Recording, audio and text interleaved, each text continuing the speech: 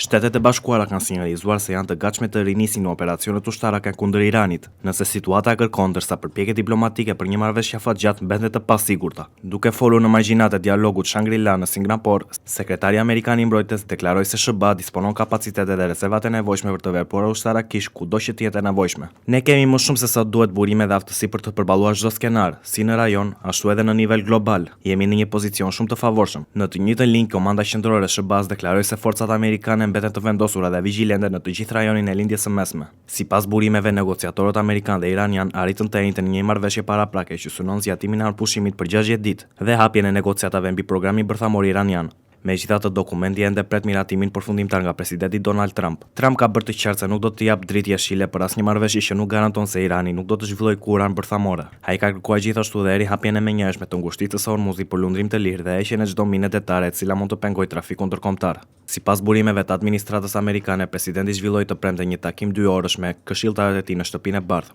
por pa arritur asnjë vendim përfundimtar mbi marrëveshjen. Tarët iranian kanë shprehur mosbesim ndaj garancive amerikane dhe deklarojnë se do të gjykojnë vetëm mbi bazën e veprimeve konkrete.